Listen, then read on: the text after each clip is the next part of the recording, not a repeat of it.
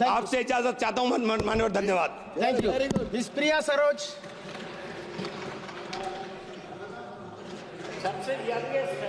माननीय अध्यक्ष महोदय, धन्यवाद मुझे आज बोलने का अवसर देने के लिए।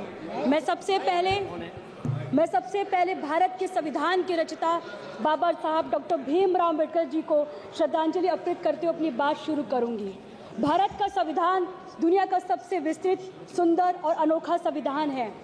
ये ऐसे भावनाओं के साथ बनाया गया है जो समानता, बंधुता और राष्ट्र एकता को बल देती है। आज जो मैं यहाँ खड़ी होकर अपनी बात कर रही हूँ, यह शक्ति हमें हमारे संविधान ने दी है। हमें गर्व है कि हमारी पार्टी के स्वर्गीय मुलायम सिंह जी और हमारी पार्टी के अध्यक्ष श्री अखिलेश यादव जी हमेशा संविधान के मूल्य की रक्षा की और सामाजिक न्याय के लिए संघर्ष किया। हमारे देश में हर नागरिक, चाहे जाति या धर्म कोई भी हो, खुद को सुरक्षित और शामिल महसूस करता है। लेकिन आज के दिन हमें यह सोचने की ज़रूरत है कि क्या हम संविधान के आदर्शों के अनुसार चल रहे हैं। 2014 से पहले भारत धर्मनिरपेक्षता, समानता और न्याय के प्रतीक था। 2014 से पहले सभी सरकारों ने संविधान का आदर किया था, लोकतंत्र, धर्मनिरपेक्षता को सुरक्षित रखा। पिछले 10 वर्षों से जब से एनडीए सरकार सत्ता में आई, इस सरकार ने संविधान की संस्थाओं पर निरंतर आघात करना जारी रखा।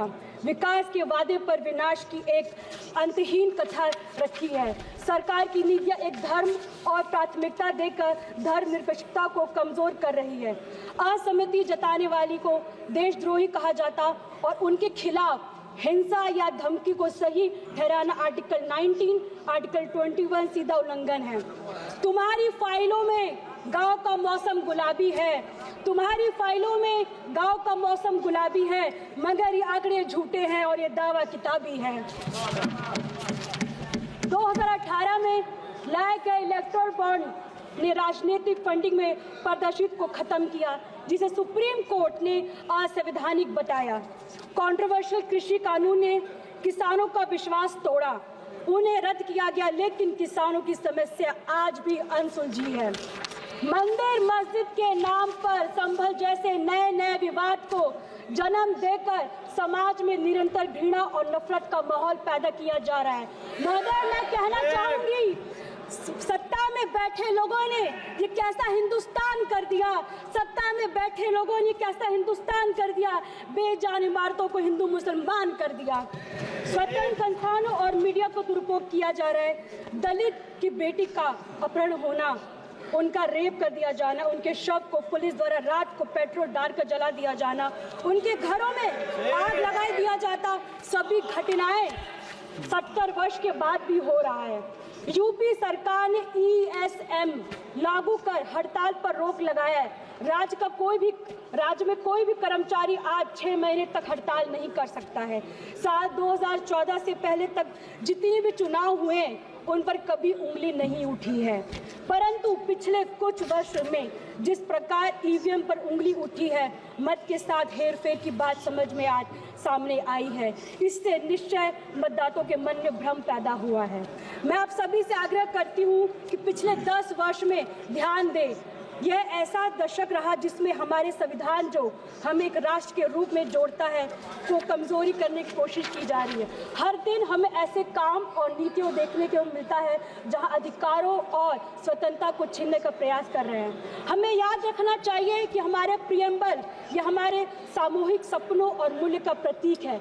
ये जस्टिस, लिबर्टी और इक्वालिटी की बात करते हैं। ये केवल शब्द नहीं है, बल्कि हमारे लोकतंत्र की नींव है। ये सिद्धांत हर नागरिक के सम्मान और गरिमा से जीने का अधिकार सुनिश्चित करने के लिए बने हैं। समाजवादी पार्टी पिछड़े, दलित, अल्पसंख्यक समुदाय के साथ मजबूती से खड़ी है।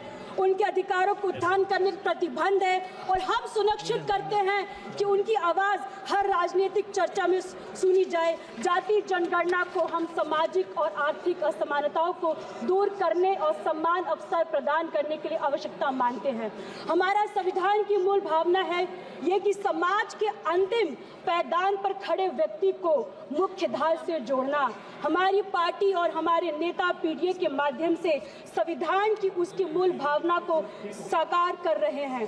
भारत का संविधान हमें देता है संदेश, भारत का संविधान हमें देता है संदेश, हम सब बाद में सबसे पहले हमारा देश। जय भीम, जय समाजवाद। Thank you.